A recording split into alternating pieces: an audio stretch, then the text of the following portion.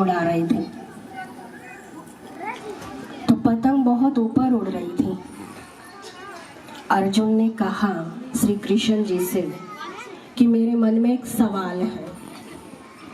तो श्री कृष्ण जी ने कहा पूछो। तो अर्जुन ने कहा सफल जीवन का रहस्य क्या है, कि मैं अपने जीवन में सफल कैसे हो जाऊं, या कोई ऐसा राज, कोई मेथड, कोई विधि क्या है। तो श्री कृष्ण जी ने बहुत मुस्कुराते हुए जवाब दिया और पतंग की ओर देखने लगे। कहते देखो ये है सफल जीवन का राज जो ऊपर उड़ रही है। अर्जुन ने कहा माधव मुझे समझ नहीं आया, आप कहना क्या चाहते हैं। उन्होंने फिर कहा आप इसको ध्यान से देखो। अर्जुन ने फिर वही बात दोहरा दी कि माधव मुझे समझ नहीं आ रहा सफल जीवन का राज क्या है। इतने में अर्जुन ने फिर कहा कि क्या मैं पतंग की डोर काट दूं जो इससे ये और ऊंची उड़ जाएगी। तो श्री कृष्ण जी ने क्या आंसर दिया होगा।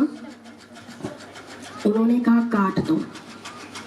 अर्जुन ने वही किया और उस पतंग की डोर काट दी। अब आप सोचो वो ऊपर जाएगी या नीचे जाएगी। पक्का नीचे, ऊपर नहीं जाएगी, नहीं ऊपर जाएगी। काटने के बाद पतंग क्या है वो नीचे की ओर आ जाएगी।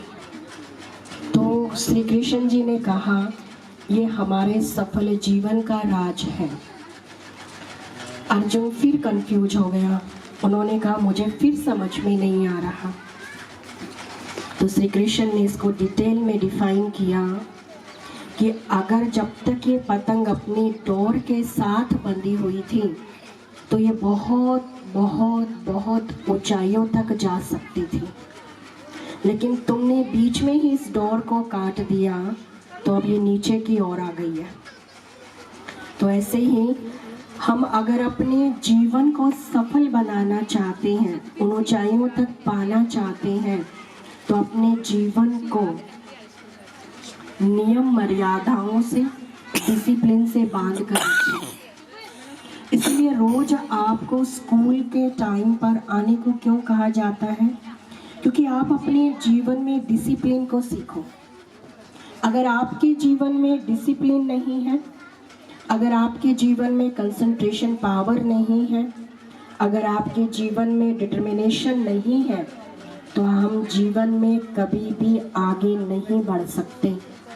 आप स्वामी विवेकानंद जी के जीवन को देखिए, सुनिए, पढ़िए कि उनके जीवन में इतना ऊंचापन, इतना सक्सेसफुल कैसे आया, कैसे बने वो, कि उन्होंने अपने जीवन में सबसे मेन चीज जो महत्व दिया वो है एकाग्रता की शक्ति। जब भी आप पढ़ाई करते हैं, जब भी आप पढ़ने बैठते हैं, या जब भी आपको कुछ समझ नहीं आ रहा, तो सबसे पहला रोल अपने मन को शांत करिए। जब तक आपका मन शांत नहीं होगा, आप छोटी से छोटी बात में भी उलझ जाएंगे।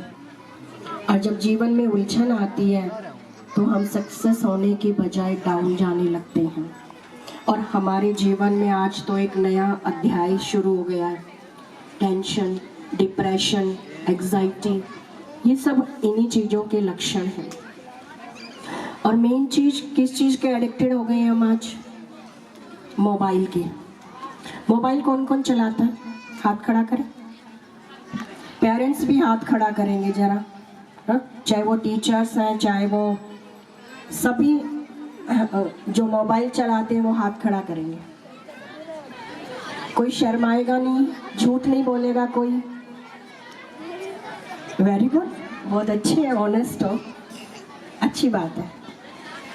मोबाइल चलाना गलत नहीं है, उससे कुछ सीखना गलत नहीं है, लेकिन उसके एडिक्टेड हो जाना, एडिक्शन जब बना लेना उसको अपना, ये हमारे जीवन के लिए सबसे ज़्यादा घातक है। आजकल तो एक वो ट्रेंड चला हुआ है रील बनाने का। कौन कौन बनाता है?